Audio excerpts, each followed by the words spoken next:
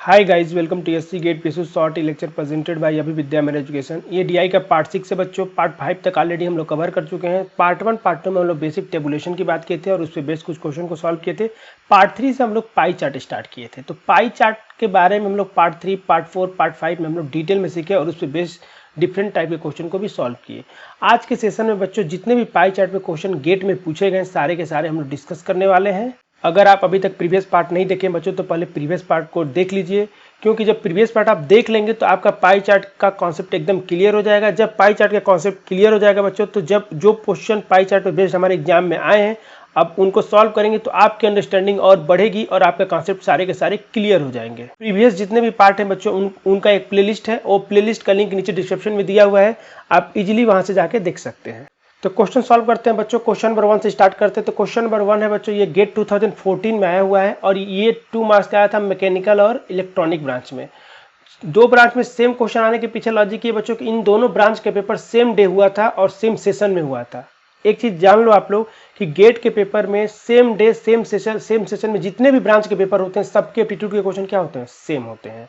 और ये क्वेश्चन मैंने लास्ट क्लास में होमवर्क दिया था बच्चों, बहुत लोगों ने कमेंट करके आंसर बताया और सबका आंसर, कोई भी एक ऐसा स्टूडेंट नहीं था जिसका आंसर गलत था। अभी पूरा आपका कमेंट पढ़ा तो जितने भी लोग आंसर कमेंट करके बताए सारे स्टूडेंट का क्वेश्चन क्या है, आंसर सही है, बिल्कुल सही आया है। ठीक है, अब देखते हैं क्वेश्चन में क्या दिया हुआ है बच्चों। क्वेश्चन सॉल्व करने से पहले एक बात बता दूं बच्चों कि जब ये क्वेश्चन गेट 2014 में आया था तो मैं जब स्टूडेंट लोग पेपर दे के निकले थे तो मैं उनसे बात किया था, तो कुछ स्टूडेंट मुझसे आके बोले कि सर ये एक क्वेश्चन आया था पाई चार्ट का, बहुत बड़ा था। तो हम लोगों ने क्या किया कि स्किप कर दिया उस क्वेश्चन को कि बाद में सॉल्व करेंगे, और बाद में हम सॉल्व भी नहीं कर पाए, टाइम नहीं बचा। क्योंकि वो क्वेश्चन जैसे देखे बड़ा, वो घबरा गए कि क्वेश्चन बड़ा, इसको करने में टाइम लगेगा। बच्चों डीआई के क्वेश्चन हमेशा ही बड़े रहेंगे, मैं आपको बता दूं। बहुत ही रेयर चांस रहेगा कि क्वेश्चन इजी आपको 1-2 लाइन का रहेगा। डीआई के क्वेश्चन हमेशा बड़े ही रहते हैं, थोड़ा सा इसमें पढ़ने में ज्यादा टाइम लगता है। अगर अर्थमेटिक टॉपिक में अगर आप क्वेश्चन को 10 to 20 सेकंड में पढ़ लेते हैं, लेकिन इसको पढ़ने में ऐसा हो सकता है कि 1 मिनट लग जाए, समझने में 1 मिनट लग जाए। ठीक है, तो डीआई के क्वेश्चन अगर आप 1 मिनट में सॉल्व कर लेते हैं एग्जाम में तो आपका डीआई का कॉन्सेप्ट एकदम क्लियर है। क्योंकि देखो डीआई में थोड़ा टाइम ज्यादा लगेगा अर्थमेटिक से, क्योंकि इसमें मैटर ज्यादा है, आपको पूरी लाइन को पढ़ना है, समझना है, तो थोड़ा सा ज्यादा लगेगा अर्थमेटिक से। ठीक है, तो आपको घबराना नहीं है, लेकिन अगर डीआई का कॉन्सेप्ट क्लियर है तो बच्चों तो विथिन 1 मिनट आपका आंसर आ जाएगा। ठीक है, अगर किसी क्वेश्चन में कैलकुलेशन ज्यादा है तो 1 मिनट 30 सेकंड लग सकता है, लेकिन आंसर आप निकाल लोगे, मैं 100% श्योर हूं। ठीक है, अब क्वेश्चन को देखते हैं। क्वेश्चन में क्या दिया हुआ है कि a firm producing air purifier sold 200 unit in 2012। इस लाइन का मतलब है कि एक फर्म है, वो क्या बनाता है, एयर प्यूरिफायर बनाता है और वो 200 यूनिट बेचता है 2012 में, मतलब कि 200 यूनिट बनाता है और 2012 में बेच देता है। क्लियर है, अब आगे देखते हैं। द फॉलोइंग पाई चार्ट, ये पाई चार्ट क्या रिप्रेजेंट कर रहा है उसके बारे में दिया है बच्चों। शेयर ऑफ रॉ मटेरियल, ठीक है, रॉ मटेरियल के बारे में बताता है, लेबर के बारे में बताता है, एनर्जी के बारे में बताता है, प्लांट एंड मशीनरी के बारे में बताता है, एंड ट्रांसपोर्टेशन कास्ट भी बताता है। तो टोटल जितने देखो सिंपल सा लैंग्वेज बोलूं तो ये जो प्यूरिफायर बनाने में आपको जो रॉ मटेरियल लगा होगा, जो लेबर का खर्च लगा होगा, जो एनर्जी में खर्च लगा होगा, जो प्लांट एंड मशीनरी में लगा होगा, और इसको जो प्रोडक्ट बन गया होगा तो इसमें जो ट्रांसपोर्टेशन में खर्च हुआ होगा, वो सारे खर्च को दिया हुआ है आपके सामने ये आपका पाई चार्ट में। क्लियर है, यानी कि जो टोटल खर्च अगर 100% होगा तो उसका 20% रॉ मटेरियल में खर्चा किया गया है, एनर्जी 25% में किया गया है, और प्लांट एंड मशीनरी में 30% किया गया है, लेबर में 15% किया गया है। ये बात सबको क्लियर हो गई। जितना भी पैसा उसका परसेंट दिया हुआ है, कितना कितना कहाँ कहाँ खर्च किया गया है।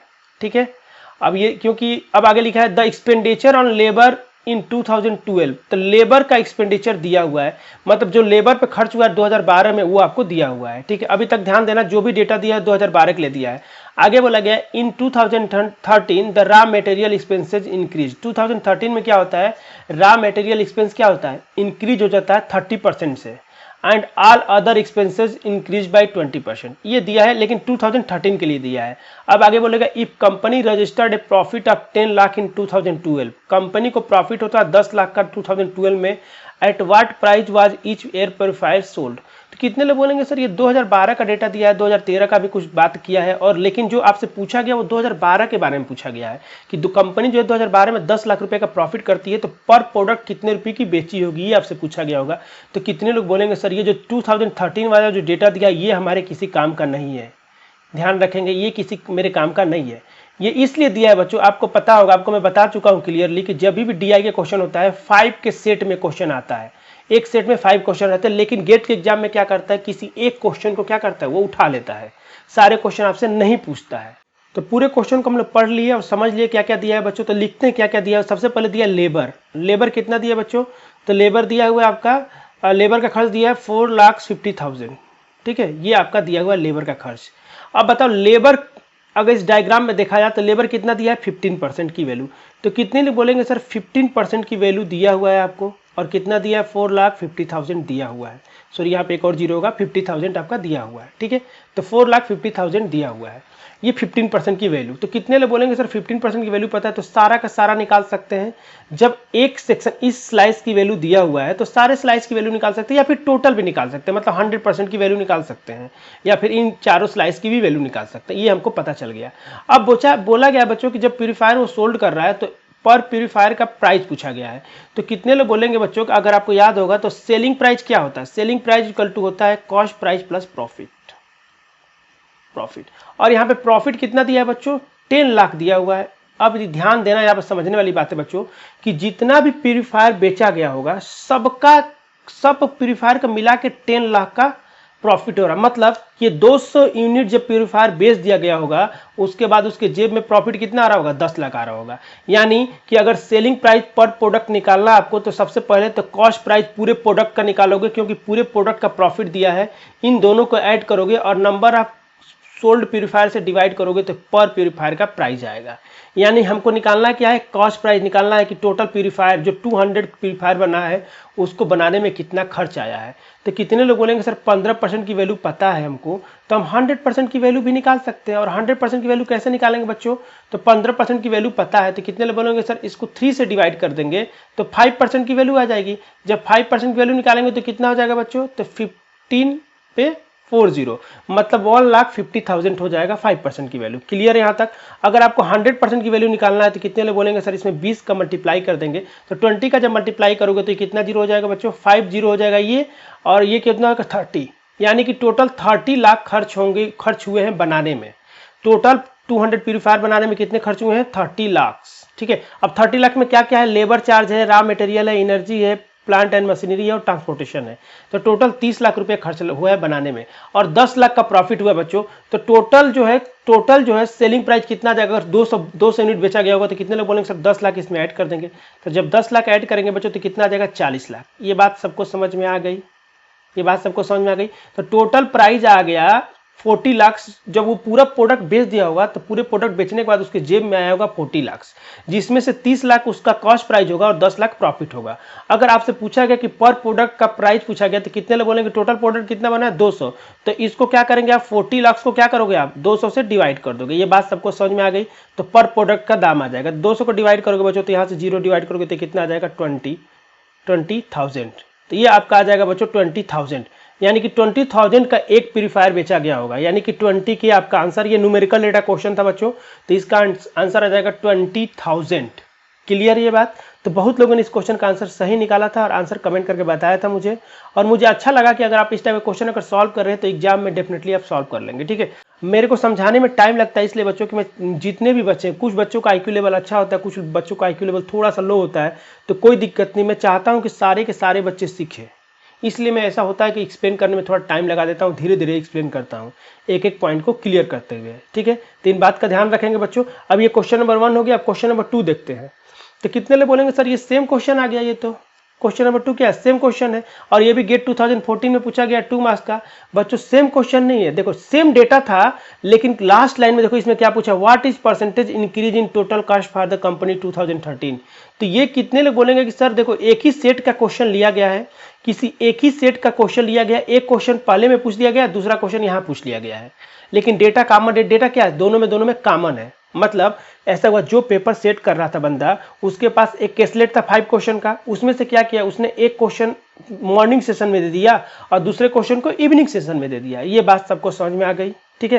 तो ऐसा हो सकता है कि पहला वाला क्वेश्चन मॉर्निंग सेशन में आया हो और ये वाला इवनिंग सेशन में आया हो। अब देखो क्वेश्चन में सेम डेटा दिया हुआ है, तो हमको पता है पहले से क्या दिया हुआ है। अब देखो यहाँ पे what is the percentage increase in total cost for the company 2013। ये 2013 का डेटा आपसे पूछा गया है। अब ध्यान दो बच्चों कि 2013 में क्या हुआ है, घटना क्या हुआ है कि रॉ मटेरियल का प्राइस क्या हो गया, बढ़ गया। और कितने से बढ़ा है बच्चों, 30% से। और बाकी सब प्रोडक्ट का कितना बढ़ा है, 20% से। तो बच्चों देखो इसमें करना कैसे कि रॉ मटेरियल आपसे बोला गया है, तो रॉ मटेरियल सबसे पहले तो 2012 में कितना था पहले लिख लो। तो 2012 का ये डेटा दिया हुआ है, तो 2012 में रॉ मटेरियल कितना दिया है, 20%, यानी 20% था। क्लियर है।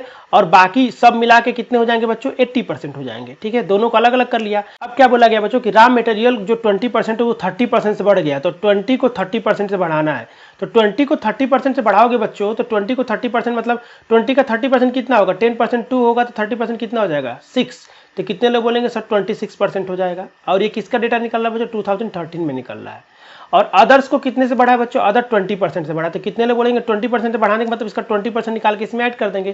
तो 80 का 10% कितना होगा, 8। तो 20% कितना हो जाएगा, 16। तो कितने लोग बोलेंगे सर ये 96% हो जाएगा। अब ध्यान देना बच्चों, ये जो 20% है टोटल का दिया है, 80% किसका दिया है, टोटल का दिया हुआ है। ये 26% किसका आएगा, टोटल का आएगा। ये 96% किसका आएगा, टोटल का आएगा। यानी कि सेम क्वांटिटी का 20%, सेम क्वांटिटी का 80%, सेम क्वांटिटी का 26%, सेम क्वांटिटी का 96%। अब ये जो था टोटल 100% पहले होता था 2012 में, लेकिन अभी कितना हो जा रहा है बच्चों, तो ये इसको ऐड कर लो तो कितना हो जाएगा, ये 122%। यानी कि सेम क्वांटिटी का 100% 2012 में खर्च होता था और उसी का सेम क्वांटिटी का 122% 2013 में खर्च हो रहा है। तो कितने परसेंट से बढ़ा है बच्चों, तो कोई क्वांटिटी 100 से 122 हो जा रही है, तो 22 बढ़ी है। तो 22 100 का कितना है, कितने लोग बोलेंगे 22%, यानी कि ये 22% से बढ़ा है। तो इस क्वेश्चन का आ जाएगा 22% आपका आंसर आ जाएगा, और यही आंसर आपका करेक्ट होगा। और ये क्वेश्चन न्यूमेरिकल डेटा में पूछा गया था, ये कैलकुलेट करके आपको पुट करना था। ये बात समझ में आ गई। ये बात एकदम आप लोगों को क्लियर हो गई होगी कि सेम सेट के दो क्वेश्चन को अलग अलग सेशन में पूछा गया, इसीलिए दोनों क्वेश्चन का डेटा क्या है, सेम है, लेकिन लास्ट लाइन क्या है, अलग अलग है। मतलब दोनों में अलग अलग चीजें पूछी गई हैं। तो ये हो गया दूसरा क्वेश्चन। अब थर्ड क्वेश्चन देखते हैं बच्चों। ये क्वेश्चन नंबर 3 बच्चों गेट 2014 में आया, 2 मार्क्स का, मैकेनिकल और इलेक्ट्रॉनिक दोनों ब्रांच में आया था। अब आप एक चीज आपके मन में डाउट आ होगा सर 2014 में अभी आप 2 क्वेश्चन हम लोग सॉल्व किए, वो भी मैकेनिकल और इलेक्ट्रॉनिक में आया था, तो क्या एक ही सेट में दो क्वेश्चन आए थे क्या डीआई पे? नहीं बच्चों, एक सेट में एक ही क्वेश्चन डीआई का आया था। 2014 के टाइम पे क्या होता था बच्चों, उस समय उतने ऑनलाइन सेंटर नहीं हुआ करते थे एग्जाम लेने के लिए, तो उस समय मैकेनिकल के 4-4 सेशन होते थे, पेपर 4-4 सेशन में कंप्लीट होता था, इलेक्ट्रॉनिक के भी 4-4 सेशन में कंप्लीट होता था। ऐसे ही बहुत सारे सेशन में एग्जाम होते थे। लेकिन आज के टाइम पे क्या है कि ऑनलाइन सेंटर बहुत ज़्यादा हो चुके हैं, तो उससे क्या होता है कि एक ही सेशन में एक ब्रांच का एग्जाम कंप्लीट हो जाता है। अब क्वेश्चन में देखते हैं बच्चों क्या दिया है। Total export and revenue from export of a country are given in 2 charts shown below. ठीक है, क्या बोला गया बच्चों कि कोई कंट्री है उसका एक्सपोर्ट कितना कर पा रही है टोटल, और रेवेन्यू कितना जनरेट कर रही, इन पाई चार्ट में दिया है। यानी कि एक्सपोर्ट एक हो गया, एक रेवेन्यू हो गया। ठीक है, आगे बोला गया कि pie chart for export show the quality of each item exported as the percentage of total quantity of export. देखो यहाँ पे क्वालिटी नहीं होगा बच्चों, यहाँ पे क्वांटिटी होगा, ध्यान रखेंगे, प्रिंटिंग मिस्टेक है पहली बात। ठीक है, अब ये जो चार्ट है बच्चों, जो पहला जो पाई चार्ट है वो ये शो कर रहा है कि देखो वो जो कंट्री है 6 टाइप का जो होती है आइटम जो करती है, एक्सपोर्ट करती है। तो जो टोटल जो एक्सपोर्ट होता है उसका 11% आइटम 1 होता है, 20% आइटम 2 होता है, 19% आइटम 3 होता है। ये बात सबको समझ में आ गई। ठीक है, आगे बोला गया कि the pi chart for revenue show, जो पाई चार्ट है रिवेन्यू को क्या करता है, percentage of total revenue generated through the export of each item. देखो जो रिवेन्यू वाला जो पाई चार्ट है बच्चों, ये बता रहा है कि अगर जो आइटम 1 को जो एक्सपोर्ट किया गया है उससे कितना रिवेन्यू जनरेट हुआ है। मतलब कि मान लो कि टोटल जो रिवेन्यू जनरेट हुआ उसका 12% जो रिवेन्यू होता है आइटम 1 से जनरेट होता है, 20% आइटम 2 से जनरेट होता है। सिमिलरली आइटम 3 से कितना टोटल रिवेन्यू का 23% जनरेट होता है। The total quantity of export of all the item is 500,000 ton. ठीक है, ये दिया हुआ है बच्चों कि जो कंट्री है टोटल जो एक्सपोर्ट करती है, जो टोटल एक्सपोर्ट है बच्चों ये 500,000 टन करती है। ये जो है यूनिट जो है वेट दिया हुआ है, तो टोटल आइटम का जो वेट है बच्चों 500,000 टन है। यानी कि इसका 500,000 टन जो दिया हुआ है उसका 11% निकालेंगे तो आइटम 1 का वेट आ जाएगा। ये बात सबको समझ में आ गई। और आगे बोला कि and total revenue are 250 crore rupees. ठीक है, अब देखो जो ये जो आइटम टोटल 6 टाइप का है, मतलब जो 500,000 टन जो आइटम जो एक्सपोर्ट करता है उससे का रिवेन्यू जनरेट होता है 250 करोड़ रुपीस। याद रखना 250 करोड़ रुपीस, इसका यूनिट ध्यान रखना। अब बोला विच item among the following has generated the maximum revenue पर केजी। तो इनमें से कौन सा ऐसा आइटम है जो मैक्सिमम रिवेन्यू जनरेट करता है पर केजी में पूछा गया है, ये आपसे पूछा गया है, याद रखना। अब देखो, अब टोटल 6 टाइप का आइटम है बच्चों, लेकिन ऑप्शन में हमको केवल 4 टाइप का दिया हुआ है, तो हमको 4 में ही कंपेरिजन करके बताना इन चारों में किसका ज्यादा आ रहा है, क्योंकि ऑप्शन में चारों दिया तो इन्हीं में से कोई ना कोई आपका आंसर होगा। तो हम लोग ये काम करते हैं, ऑप्शन ए को देखते हैं। आइटम 2 के लिए हम लोग क्या करते हैं, कैलकुलेट करके देखते हैं। तो कितने लोग बोलेंगे सर जब आइटम 2 के लिए कैलकुलेट करेंगे तो सबसे पहले हम लोग कैलकुलेट करेंगे बच्चों कि ये कितना कितना इसका वेट है, ठीक है। तो टोटल 500,000 टन दिया हुआ है बच्चों। तो एक काम करते हैं कि 1000 टन को अभी भूल जाते हैं, अभी हम लोग याद रखते हैं कि 500 है टोटल। तो अगर 500 है बच्चों तो इसको 100 से डिवाइड करेंगे तो 1% की वैल्यू आ गई। और आइटम 2 कितना दिया है बच्चों, 20%। तो कितने लोग बोलेंगे 20 का मल्टीप्लाई कर देंगे। जब 20 का मल्टीप्लाई करोगे बच्चों तो कितने लोग बोलेंगे कि जब 20 का मल्टीप्लाई करेंगे सर तो ये हो जाएगा 100। तो ये 100 जो आएगा बच्चों 100 टन, 100,000 टन आएगा। ये बात सबको समझ में, ये आ गया क्वांटिटी। अब ये कितना रिवेन्यू जनरेट किया बच्चों, तो रिवेन्यू जनरेट करने के लिए ध्यान से देखो, तो रिवेन्यू जनरेट कितना किया, टोटल रिवेन्यू का कितना किया बच्चों 20%। तो रिवेन्यू कितना है बच्चों 250 करोड़ दिया हुआ है। तो 250 करोड़ को अगर आप करोड़ रुपीस को अभी यूनिट को भूल जाते हैं, बस हम 250 याद रखते हैं। तो 250 को 100 से डिवाइड करेंगे बच्चों तो 1 यूनिट की वैल्यू आ गई, 1% की वैल्यू आएगी। और हमको कितना, ये कितना जनरेट कर रहा है 20% जनरेट करते हैं, हम 20 से मल्टीप्लाई कर देंगे। ये बात सबको समझ में आ गई। तो इसके कारण जनरेट कितना हुआ आप निकाल सकते हैं बच्चों, तो ये हो जाएगा 50 और ये 50 करोड़ रुपीज आएगा, याद रखना ये बात। अब पर केजी प्राइस निकालने के लिए क्या करना पड़ेगा बच्चों, जो मनी दिया हुआ, जो प्राइस टोटल प्राइस आता है उसको क्वांटिटी से क्या करना पड़ेगा, डिवाइड करना पड़ेगा। तो कितने लोग बोलेंगे पर केजी प्राइस निकालने के लिए 250 डिवाइडेड बाई 100 करेंगे और इंटू 20 करेंगे। ये जो क्वांटिटी इसको किससे डिवाइड करेंगे बच्चों, तो ये रिवेन्यू को डिवाइड करेंगे हम लोग क्वांटिटी से, तो पर केजी के रेट में आएगा। तो कितने लोग बोलेंगे 500 डिवाइडेड बाई 100 करेंगे और ये 20 करेंगे।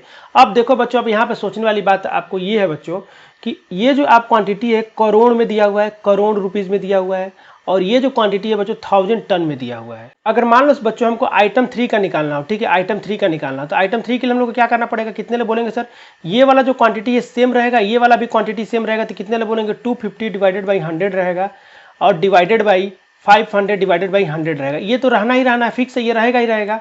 और साथ में क्या होगा, ऊपर रिवेन्यू आ जाएगा। तो रिवेन्यू कितना परसेंट आइटम 3 कर रहा है 23%, और इसका एक्सपोर्ट कितना है बच्चों, तो 19 है। तो कितने लोग बोलेंगे ये 19 है। अब हमको करना क्या बच्चों, इन तीनों में कंपेरिजन करना। तो कितने लोग बोलेंगे सर ये क्वांटिटी कांस्टेंट आ रही है, तो हमको कंपेरिजन करना आसान है क्योंकि हमको केवल इन्हीं दोनों को देखना है। तो कितने लोग बोलेंगे कंपेरिजन करने के लिए हमको रिवेन्यू डिवाइडेड बाई क्वांटिटी करना है, हमको बस 2 ही चीजें करना है। तो अगर ऑप्शन ए को चेक करते हैं, ऑप्शन बी को चेक करते हैं, ऑप्शन सी को, ऑप्शन डी को, तो ऑप्शन ए के हिसाब से 20/20 आएगा।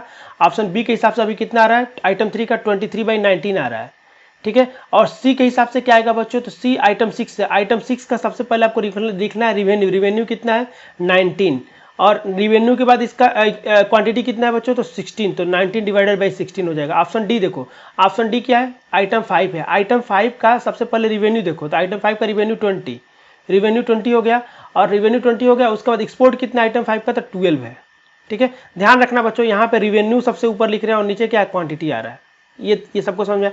अब जो रेशियो ज्यादा देगा उसी का पर केजी प्राइस क्या होगा, ज्यादा होगा, ठीक है। यहाँ पे हम लोग यूनिट इसलिए नहीं चेंज किए थे बच्चों कि यूनिट आपस में सबके लिए क्या है, सेम है। अगर यूनिट चेंज करने के लिए यहाँ पे कुछ नंबर का मल्टीप्लाई करोगे तो सब में सेम मल्टीप्लाई होगा। तो मेन जो ये रेशियो है, यही जो ज्यादा देगा उसी का पर केजी ज्यादा प्राइस आएगा, सिंपल सी बात है। अब इन चारों को देखो बच्चों, तो सबसे ज्यादा कौन सा दे रहा था आपको, जब कैलकुलेशन आपका स्ट्रॉन्ग रहेगा तो आपको पता चल जाएगा 1 दे रहा है, और ये 1 से थोड़ा सा ज्यादा देगा बच्चों, तो इसको कैलकुलेट करोगे तो देखो 1.1 के आसपास आएगा। इसको जब कैलकुलेट करोगे बच्चों तो ये आएगा 1.18 आएगा, ठीक है। और इसको जब कैलकुलेट करोगे बच्चों तो 1.66 आएगा। इन चारों में सबसे ज्यादा कौन आ रहा है, तो डी आ रहा है। डी का मतलब क्या हो गया, आइटम 5। तो आइटम 5 को अगर सेल करेंगे तो पर केजी ज्यादा रिवेन्यू को जनरेट कर रहा है। तो इस क्वेश्चन का आंसर है डी, ठीक है। इस क्वेश्चन को समझाने में टाइम इसलिए लग गया बच्चों कि ये जो रेशियो, ये समझना बहुत जरूरी था कि इन नंबर का कोई मतलब नहीं है, क्योंकि आपस में सबके लिए क्या है, कॉमन है। ये मेन आपका है रिवेन्यू डिवाइडेड बाई क्वांटिटी। तो आपको रिवेन्यू बाई क्वांटिटी कंपेरिजन करना और आपका आंसर आ जाएगा। अगर ऐसे क्वेश्चन एग्जाम में आ जाते हैं बच्चों तो 99% स्टूडेंट इस क्वेश्चन को स्किप कर देते हैं, ठीक है।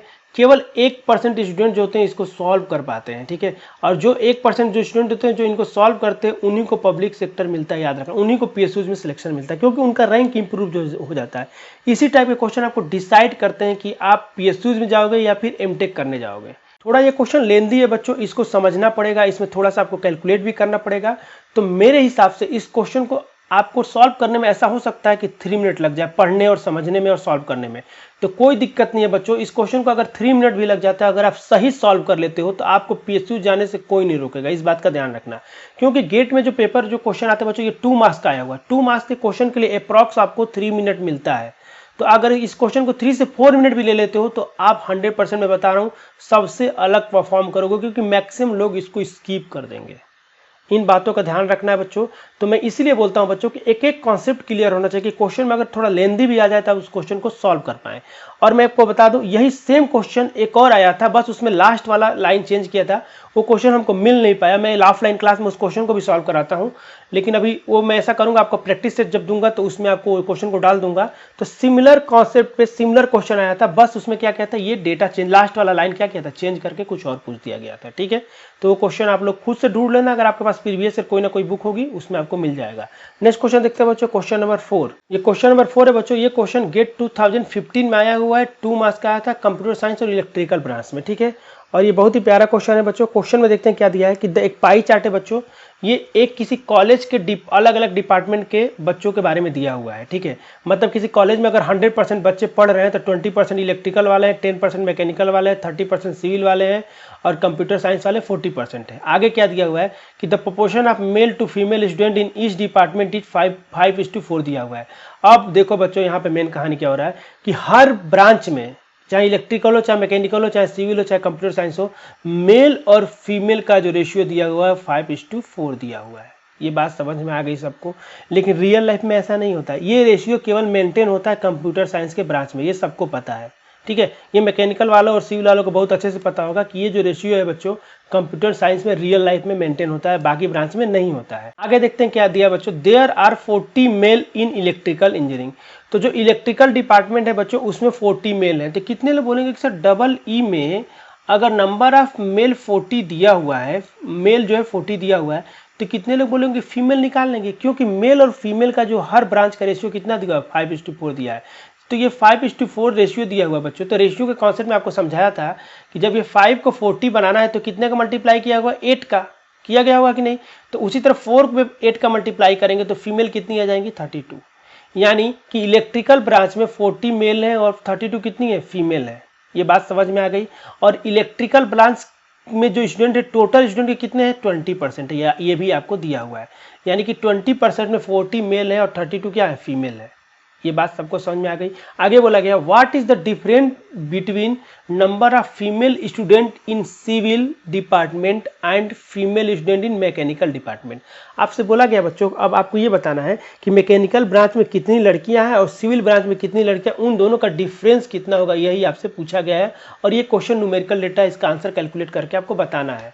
अब इसको सॉल्व करने का सबसे आसान तरीका बता रहा हूं बच्चों। सबसे पहले मैकेनिकल में कितनी फीमेल है वो कैलकुलेट करते हैं बच्चों। तो देखो मैकेनिकल ब्रांच में बच्चों, मैकेनिकल ब्रांच में टोटल स्टूडेंट कितने हैं, तो टोटल स्टूडेंट है बच्चों 10%। टोटल स्टूडेंट के 10% मैकेनिकल ब्रांच में पढ़ रहे हैं, ठीक है। तो कितने लोग बोलेंगे सर ये 10% है, ये 20% की वैल्यू ये टोटल दिया हुआ है, 20% की वैल्यू टोटल दिया हुआ है, तो 10% की वैल्यू इसकी हाफ होगी। और मेल टू फीमेल रेशियो दोनों में क्या है, सेम दिया हुआ है। तो कितने लोग बोलेंगे सर कि जो मैकेनिकल ब्रांच में जो मेल होंगे, जो मेल इलेक्ट्रिकल में होंगे उसके जस्ट आधा होंगे, क्योंकि ये 20% ये 10% और रेशियो दोनों का क्या दिया है, सेम दिया है। तो कितने लोग बोलेंगे सर 20 मेल होंगे और फीमेल कितनी होंगी, इसकी आधी। इसकी आधी का मतलब कितना होगा 16। ये आपका फीमेल निकल गई मैकेनिकल में। उसी तरह अगर सिविल की बात करें बच्चों, तो सिविल क्या देखो, सिविल टोटल के 30% के बराबर है। तो टोटल जितने स्टूडेंट उसका 30% स्टूडेंट किस में है, सिविल में है। आप खुद सोचो कि 30% स्टूडेंट सिविल में है और male to female ratio same है, तो कितने लोगों के जितना मैकेनिकल में बच्चे होंगे उनका 3 गुना होंगे सिविल में।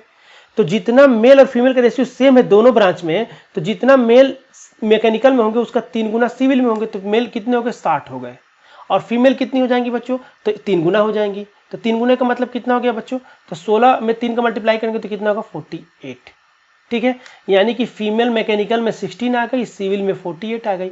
अब इन दोनों का डिफरेंस आपसे पूछा गया है, तो इन दोनों का डिफरेंस बच्चों निकालोगे तो कितना आ जाएगा 32, यानी कि 32 आपका क्या होगा करेक्ट आंसर हो जाएगा। तो इस टाइप के क्वेश्चन को ऐसे सॉल्व करना है, और ये न्यूमेरिकल डेटा में आया था, आपको यहाँ पे पुट करना था 32। क्लियर ये चीज। अब देखो यहाँ पे क्वेश्चन आसान क्यों हो गया बच्चों, क्योंकि मेल टू फीमेल हर ब्रांच में क्या दिया था, सेम दिया था। अगर हर ब्रांच में सेम नहीं दिया होता, हर ब्रांच का अलग अलग दिया होता, तो हम लोग ऐसे डायरेक्ट सॉल्व नहीं कर पाते, सबके लिए अलग अलग कैलकुलेट करते, यानी कि कैलकुलेशन थोड़ा सा ज्यादा करना पड़ता है। ये बात सबको समझ में आ गई। तो इस क्वेश्चन का आंसर है 32। अब नेक्स्ट क्वेश्चन देखते हैं, क्वेश्चन नंबर 5 बच्चों। ये क्वेश्चन नंबर जो 5 बच्चों गेट 2019 में पूछा गया था, और ये मैकेनिकल ब्रांच में पूछा गया, इस बात का ध्यान रखेंगे। यहाँ पे मेंशन नहीं है, मैं मेंशन कर दिया हूँ, गेट 2019 मैकेनिकल ब्रांच में पूछा गया। अब क्वेश्चन को देखते हैं बच्चों। क्वेश्चन देखने में बहुत बड़ा है, डरावना है, लेकिन है बहुत आसान। ठीक है, देखते हैं क्वेश्चन में क्या दिया हुआ है। A form has employees at 5 different skill PQRST, the share of employment at this skill level of total employment in 2010 is given in the pie chart. So देखो सिंपल सा लैंग्वेज अगर समझाओ, ये एक कंपनी है, उसमें 5 तरह के लोग काम करते हैं, जिनका डिफरेंट डिफरेंट स्किल लेवल है, और उस स्किल लेवल को मेंशन किया गया PQRST नाम से। तो टोटल जितने एम्प्लॉय हैं उसके T स्किल वाले 5% है, टोटल के P स्किल वाले 20% है, टोटल के Q स्किल वाले 25% है, ये दिया हुआ है। और ये डेटा 2010 का दिया है, ये मेंशन भी किया हुआ है। अब आगे देखते हैं क्या बोला गया है। There were a total 600 employee in 2010। तो 2010 में, अब ध्यान देना बच्चों, 2010 में टोटल कितने एम्प्लॉय थे बच्चों, तो 600 एम्प्लॉय काम करते थे, मतलब 600 लोग काम करते थे। अब बोला है तो total employment increased by 15%। Total employment 15% से बढ़ जा रहा है, अगर हम 2016 में देख रहे हैं 2010 के कंपेरिजन में। ये बात सबको समझ में आ गई। मतलब कि सिंपल सा बोलूँ कि अगर 2016 में अगर आपसे पूछा जाए कितने लोग काम कर रहे हैं, तो कितने लोग बोलेंगे सर ये जो 600 है इसको 15% से बढ़ा देंगे, यही बोला गया है। तो 15% कैसे निकालोगे बच्चों, तो 10% की वैल्यू 60 होगी, तो 5% की वैल्यू 30 हो जाएगी, तो 15% की वैल्यू कितनी होगी 90। तो कितने लोग बोलेंगे बच्चों, यहाँ पे प्लस 90 ऐड हो जाएंगे, यानी कि यहाँ पे हो जाएगा 690 लोग। तो देखो 2010 में टोटल कंपनी में 600 लोग काम करते थे, 2016 में 690 काम कर रहे हैं, यही मतलब है इसका। अब आगे बोलेगा कि total employment at skill level PQRS remains unchanged during this period. देखो बोला गया है कि PQR में जितने लोग काम करते थे, PQR में जितने लोग काम करते थे 2010 में, वही लोग PQR जो है स्किल में, वही लोग 2016 में भी काम कर रहे हैं। इनका नंबर ऑफ चेंज नहीं हो रहा है। ये जितने लोग, मतलब P मान लो 10 लोग काम कर रहे थे, तो P 10 लोग 2016 में भी काम कर रहे हैं। इन तीनों में कोई चेंजेस नहीं हो रहा है। आगे बोला गया है if the employment at skill level S increased by 40%। अब जो S स्किल के हैं, ध्यान रखना, जो S स्किल के बच्चों, तो S स्किल के कितने परसेंट है बच्चों, तो S स्किल के 25%। अब 25% जो थे, जो एम्प्लॉय थे वो S स्किल में थे, उनको 40% से बढ़ जा रहे हैं 2016 में। तो कितने लोग बोलेंगे सर 25% की वैल्यू निकाल सकते हैं, क्योंकि 2010 में टोटल 600 एम्प्लॉय थे, इसका 1/4 करेंगे तो 25% की वैल्यू आएगी। 1/4 का मतलब कितना हो गया बच्चों, 150, यानी कि 150 लोग थे S स्किल में 2010 में। अगर 2010 की बात करें तब, ये बात सबको समझ में आ गई। अब क्या हो रहा है, ये 40% से बढ़ जा रहे हैं 2016 में, तो कितने लोग बोलेंगे सर इसको 40% से बढ़ा देंगे। इसका 40% निकालना बहुत आसान है बच्चों। इसका 10% कितना होगा, 15 होगा, तो 40% कितना हो जाएगा, 60 हो जाएगा, यानी कि 60 लोग बढ़ जाएंगे 2016 तक। तो 60 लोग बढ़ जाएंगे तो कितने हो जाएंगे बच्चों, 210। अब बचा कौन सा, T। अब आगे क्वेश्चन में क्या बोलेगा, देखो how many employ were there at skill level T in 2016। अब पूछा गया कि T स्किल में कितने लोग हैं 2016 में, ये आपको बताना है। तो कितने लोग बोलेंगे सर T अगर 2010 में कैलकुलेट करें हम लोग 10 में, तो 10 में T की वैल्यू कितनी है 5%। तो 5% 600 कितना होगा बच्चों, तो कितने लोग बोलेंगे 30 लोग थे जो T स्किल वाले 30 लोग थे जो कि 2010 में कंपनी में काम करते थे। ये बात सबको समझ में आ गई। अब इसके बाद सोचना ध्यान से बच्चों कि देखो टोटल 90 बढ़ रहे हैं 2016 तक, तो जिसमें से 60 S बढ़ रहे हैं, PQR में बढ़ ही नहीं रहे, तो बाकी जो 30 बचे वो कहाँ बढ़ रहे होंगे, T में ही तो बढ़ रहे होंगे। ये बात सबको समझ में आ गई। टोटल 90 बढ़ रहे हैं बच्चों, अब PQR जितने थे उतने ही हैं, और S केवल 60 बढ़ रहा है, तो बाकी 30 कहाँ बढ़ रहा होगा, T ही तो बढ़ रहा होगा। यानी कि T पहले 30 थे और 30 बढ़े होंगे, तो टोटल कितने हो गए होंगे 60। तो इस क्वेश्चन का आंसर क्या हो जाएगा, C is the correct answer. यही पूछा गया है, तो इस क्वेश्चन का आंसर है C। तो इस टाइप के क्वेश्चन अगर एग्जाम में आएंगे बच्चों तो ऐसा हो सकता है कि 2 से 3 मिनट लग जाए, कोई दिक्कत नहीं है बच्चों। ये क्वेश्चन अगर 4 मिनट में बना रहे हो ना तो मेरे हिसाब से बहुत ही अच्छा है, क्योंकि बहुत सारे लोग इस क्वेश्चन को स्किप करते हैं। और इस क्वेश्चन ये 2 मार्क्स का क्वेश्चन आया तो ध्यान रखेंगे, 2 मार्क्स का क्वेश्चन आया तो आपको एग्जाम में ही 3 मिनट अलाउ करता है, तो गेट में बहुत ही इनफ टाइम होता है। आप इजिली 3 से 4 मिनट इस क्वेश्चन को दे सकते हैं। मैं आप लोगों से एक ही बात बोलूँगा कि इस टाइप के क्वेश्चन जब भी आपको दिखे तो मार्क एज ए रिव्यू करना और आगे बढ़ जाना। इस टाइप के क्वेश्चन को सेकंड अटेम्प्ट में सॉल्व करते हैं। सेकंड अटेम्प्ट का मतलब होता है बच्चों कि जब गेट का पेपर देने जाते हो तो टोटल 65 क्वेश्चन होते हैं। तो पहले आपको पहले स्टेप में क्या करना होता है बच्चों को, फर्स्ट अटेम्प्ट में जितने भी इजी क्वेश्चन आते हैं 65 को उसको छाट के कर लेना होता है। उसके बाद दूसरे स्टेप में फिर शुरू से स्टार्ट करना होता है, और जो क्वेश्चन इस टाइप के होते हैं जिनको आपको आता है लेकिन थोड़ा टाइम लगेगा उनको अटेम्प्ट करना चाहिए। तो इसको सेकेंड अटेम्प्ट में सॉल्व करना इस टाइप के क्वेश्चन अगर एग्जाम में आता है तो। अगर आप अभी तक हमसे सोशल मीडिया पर नहीं जुड़े हैं बच्चों तो ये फेसबुक पेज है, इस फेसबुक पेज को फॉलो कर लीजिए। यहाँ पे डेली 1-2 क्वेश्चन पोस्ट करता हूँ मैं, और यही सेम क्वेश्चन यहाँ इंस्टाग्राम पेज पे भी पोस्ट करता हूँ मैं। तो आप दोनों में से कहीं भी एक जगह कनेक्ट हो जाइए, आपको डेली 1-2 क्वेश्चन मिलेगा प्रैक्टिस करने के लिए। और क्वेश्चन को केवल देखना और लाइक नहीं करना है बच्चों, क्वेश्चन को सॉल्व करना है, आंसर कमेंट करके बताना भी है। और बाकी सब चीज़ों के लिए टेलीग्राम चैनल को ज्वाइन करना ना भूलें। अभी तक इस चैनल पर जितने भी टॉपिक कंप्लीट हो चुके हैं उनके सारे के सारे टॉपिक का मैं PDF प्रोवाइड किया हूँ बच्चों।